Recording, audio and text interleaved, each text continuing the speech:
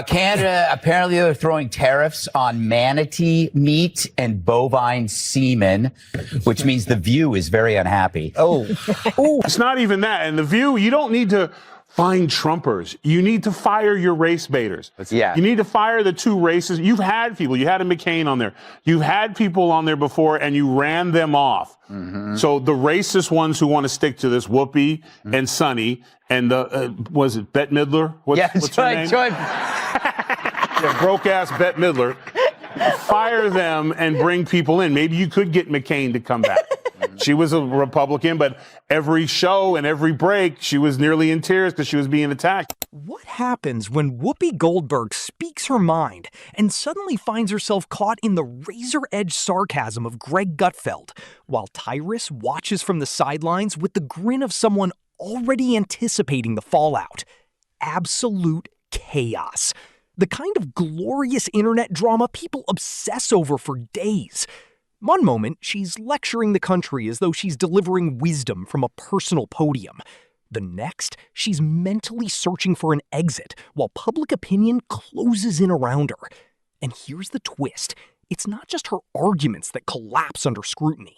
Her entire on-screen presence starts cracking apart. This wasn't some ordinary talk show mistake. It turned into a full-scale comedic train wreck that was impossible to ignore. Happy Wednesday, everyone. Well, not if you're Whoopi Goldberg, a.k.a. Karen Johnson. Yeah, who knew Whoopi was a Karen? I thought that was only for white people, like Toyota Priuses and skiing. Roll it, Francis. Good morning and welcome to The View. You all saw the news. Whoopi will be back here in 2 weeks. Okay? Oh, it's so cute when one of their side gets punished. They sulk like they ran out of raw cookie dough in the green room. Whoopi Goldberg, the self-appointed philosopher of daytime television, managed once again to turn a simple political discussion into a whirlwind of confusion, ego, and contradiction so intense it could leave viewers mentally exhausted. This wasn't thoughtful commentary. It felt more like chaotic performance art designed for people permanently trapped in outrage mode. And in a deeply ironic turn, she ended up getting verbally and intellectually dismantled, not by someone sitting beside her at the table, but by two critics who weren't even in the same studio. Yeah, ABC suspended Whoopi for 2 weeks because she said the Holocaust had nothing to do with race. She said this on a show called The View, which makes everything about race. Except now. The Holocaust isn't about race. No, it's not about race. It is. It's about a different race. But it's not about race. It's not about race. What is it about? Because it's about man's inhumanity to man. Yeah, that's heroically stupid. Even for The View. Yes, ABC suspended Whoopi Goldberg for 2 weeks after she claimed the Holocaust wasn't about race. She made the statement during an episode of The View, a program that usually frames nearly every issue through race, except apparently that one moment. The Holocaust isn't about race. No, it's not about race. It's about a different race. It's about humanity's cruelty toward humanity. Even by the standards of daytime television, the statement landed disastrously. And if you're enjoying this breakdown, don't forget to hit that like button and subscribe. What made the situation even more remarkable was that Greg Gutfeld and Tyrus managed to hand Whoopi a spectacular public defeat without ever setting foot near her famous talk show table. If that's not a sign of decline, what is? Picture a standard episode of The View. Facts become optional, accountability barely exists, and outrage fuels the atmosphere. Whoopi sat confidently in her usual seat, radiating the energy of a daytime oracle wrapped in righteous anger, as though someone had personally offended her by suggesting basic civility still mattered. So the problem is that you have to go after the racist people. And if the CEO goes, you know what, I'm not going to allow a woman on my show or man that will go after white America and talk about them like dogs. That doesn't represent our ideals or values for anyone. And get rid of those people. And this will clear up real quick. So do you have to actually look in the mirror and clean up your own backyard and get the racist people out? Because that's who you allowed in. You allowed black racist on TV who could just go all day and say anything about white people. And I guess lo and behold, they forgot that there's a lot of people at home, white people at home during the day that are not watching your show anymore. So just clean it up. Yeah, Emma. She launched into another one of her dramatic monologues, this time insisting that democracy itself was somehow under attack by anyone bold enough to challenge her latest emotionally charged speech. In other words, it was just another ordinary day in Whoopi world. But then, the internet pushed back, far away from the comfortable applause of the studio audience. Gutfeld and Tyrus delivered one of their signature late-night takedowns. No flashy theatrics, no laughing panels surrounding them, just biting sarcasm, blunt observations, and Gutfeld's trademark deadpan style that hits harder than Whoopi's morning coffee whenever someone questions her worldview. Yesterday on The View, otherwise known as Hell's DMV, Whoopi Goldberg asked how much different are the values of the Trump administration from the Taliban. We have a leader who has repeatedly demeaned women, wants to defund organizations that benefit women, calling on the media to shut up, specifically wants to give preferential treatment based on religion. Are these values really much different than the Taliban's? Wow. Talk about groundbreaking to actually hear a celebrity say something mean about the Taliban. How dare they compare them to Trump? The Taliban should sue. Guess they ran out of Hitler analogies. So as they bash the president, I'm reminded how entertainers rarely express any rage over any strand of misogynist Islamism. If they did, we might take their rage toward Trump seriously. Greg didn't even need to mention her directly. He simply pointed out the absurdity of celebrity commentators who somehow managed to be wrong with the consistency of a malfunctioning weather forecast. The type who lecture the public about being educated immediately after struggling to pronounce the name of Ukraine. Meanwhile, Tyrus, standing there like a WWE security guard who wandered into an intellectual debate, delivered a metaphor so devastating it shattered Whoopi's credibility the way Thanos wiped out half the universe. And here's the funniest part. None of this even happened on The View. Yet Whoopi reacted as though logic itself had personally attacked her.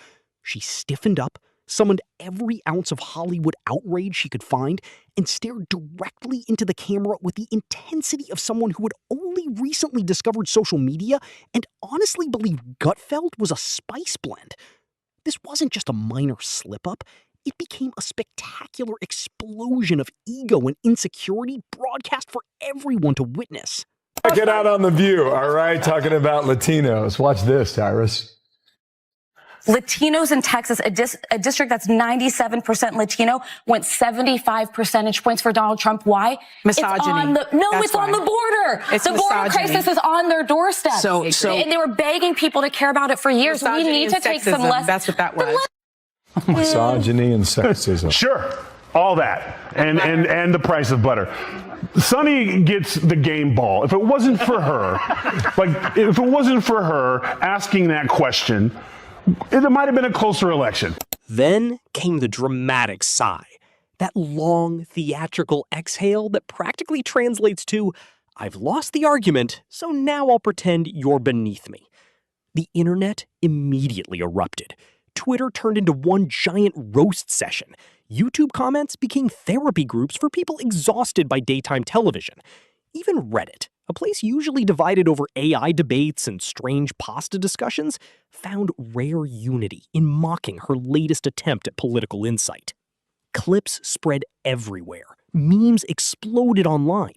That unforgettable image of Whoopi Goldberg glaring into the camera while struggling to explain why opposing viewpoints were apparently the root of all evil practically begged to become merchandise. Somewhere, an Etsy seller is probably already profiting from it. And this wasn't her first controversial moment. People still remember her defending a convicted director with verbal gymnastics instead of moral clarity, confusing political disagreement with real violence, and twisting free speech into something that only applies when she approves of the speaker. That, in essence, has become the Whoopi brand. But when oh no, nothing really comes to mind, I was like, cha-ching. Listen, they're bitter, they're angry, they're entitled. They also should be. This should have been a reset for everyone who pushed lies and misinformation for the last. They call them Hitler. They call these things. America rejected them, and instead of coming back and saying we lied, they instead are now doubling down. So let her keep doing it, because if she keeps that up, we're going to keep getting the Senate and probably the House and the White House, because people see right through your lies. So keep doing what you're doing. Game ball to Sun. It's a brand built on absolute certainty, selective outrage, and endless self-congratulation. Imagine if a TED Talk collided headfirst with a Facebook rant, and somehow that combination still walked away with a daytime Emmy. Meanwhile, Gutfeld and Tyrus barely seemed to exert any effort. They simply spoke calmly, stayed logical, and let the contradictions expose themselves. Deep beneath all the polished confidence and dramatic self-righteousness, Whoopi likely realizes many of her hot takes have aged terribly. But instead of reconsidering her approach, she doubles down every time.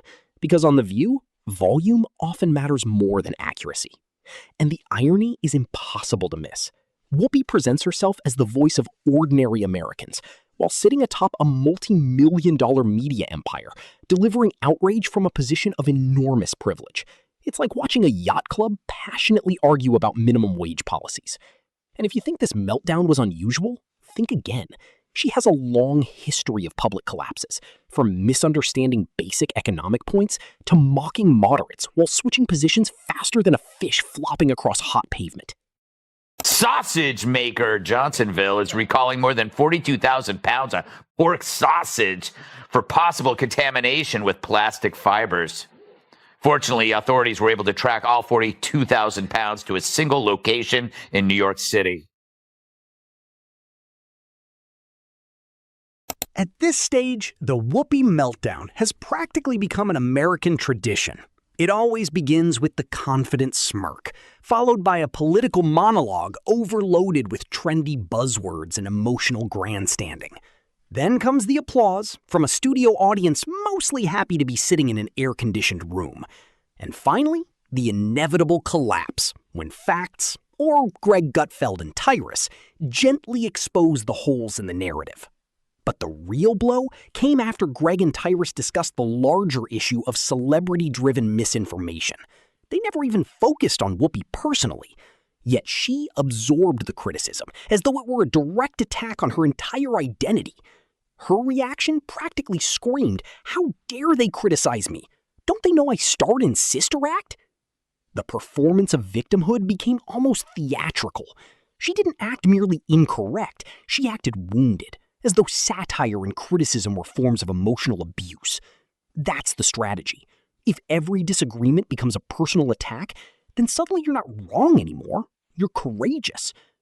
But true courage isn't misleading millions while congratulating yourself afterward. Real courage is admitting when you've stepped beyond your expertise. And Whoopi, she seems busy trying to build a submarine in a kiddie pool.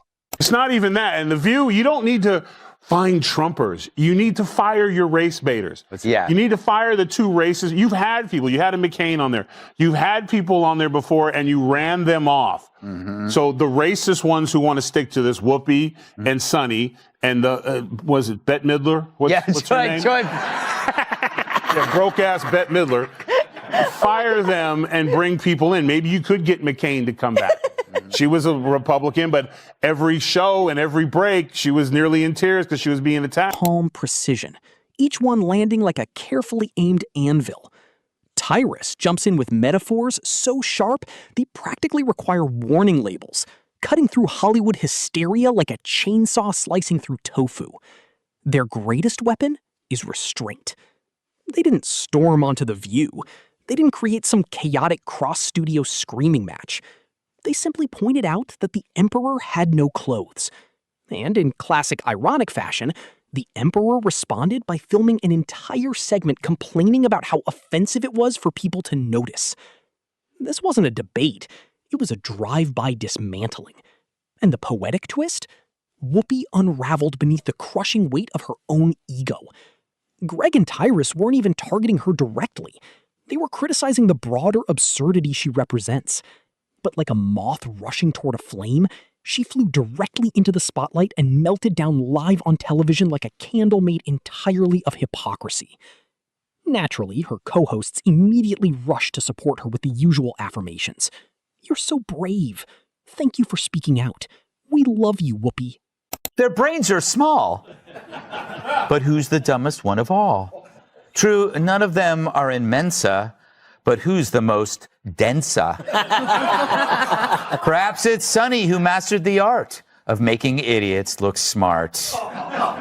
Now, The View could ask a mirror who's the dumbest one of all, but there's no way that glass doesn't shatter. At that point, the show felt less like daytime television and more like a therapy session for bruised egos. But the audience wasn't buying it anymore. Not social media users, not everyday viewers, and not even some longtime fans. Because eventually, non-stop drama stops feeling genuine and starts looking painfully rehearsed. When every disagreement is treated as a personal attack and every critic becomes the villain, people naturally begin asking a difficult question. Maybe the real issue isn't the audience. Maybe it's the show itself. And just when it seemed the spectacle couldn't become any more ridiculous, we entered the Hall of Fame of hypocrisy, Whoopi's long list of contradictions. A collection so astonishing, it deserves its own exhibit in the Museum of Cognitive Dissonance. One moment she says one thing with complete confidence, and minutes later she says the exact opposite without the slightest awareness. Take her defense of Mel Gibson, for example. Yes, that Mel Gibson, the actor infamous for offensive public controversies. Back then, Whoopi insisted he couldn't possibly be what critics accused him of, because according to her, he had always treated her kindly. Fast forward a few years, and she's delivering emotional speeches about systemic injustice as though she's become the moral authority of daytime television. Apparently, social issues matter deeply, unless someone from her Hollywood circle gets caught in controversy. Her moral flexibility is astonishing. She'll defend powerful celebrities one moment, then passionately demand accountability from strangers the next. And when it comes to free speech, she champions it enthusiastically, until criticism is directed at her. Then suddenly she transforms into a martyr surrounded by a professional makeup team. To her, cancel culture is oppressive and dangerous. Unless it targets someone she personally dislikes, then it becomes convenient entertainment. So that makes Sunny Hostin, who thinks climate change caused the solar eclipse, the dumbest of them all. Because everyone knows the moon caused the eclipse, which is controlled by the View's gravitational pull. All right, Kat, did you ever see such a group? It's amazing how Joy and Whoopi became the smart ones. For me, the most shocking thing about the conversation was how truly boring it was. They're like, well, the cicadas, they're cicadas. Okay, but it was like every 100 years. No, it's every 17 years. Do you know how many Emmys this show had? Then came Greg Gutfeld's final strike. He dissected her logic with the precision of a scientist examining a bizarre specimen in a sarcasm-fueled laboratory, casually describing The View as a cult of grievance wrapped in delusion. Outside the insulated bubble of Manhattan media culture, the internet erupted. Whoopi's response? The same familiar accusation about right-wing hostility, repeated so often it sounded like a broken jukebox trapped on one endlessly repetitive song. Then, Tyrus delivered the finishing blow. This wasn't a debate anymore. It felt like a mercy killing for terrible ideas. And there sat Whoopi, blinking slowly, like someone who had somehow lost a battle she never realized had even begun. Will she bounce back? Will she suddenly reinvent herself as a champion of balanced discussion and honest debate? Probably not. More likely she'll return with another take so detached from reality it may require its own passport. And when that day comes, Greg and Tyrus will still be there, remaining relevant without even trying. Because the truth is simple. Whoopi Goldberg unraveling under pressure is no longer surprising. At this point, it's practically a weekly television event.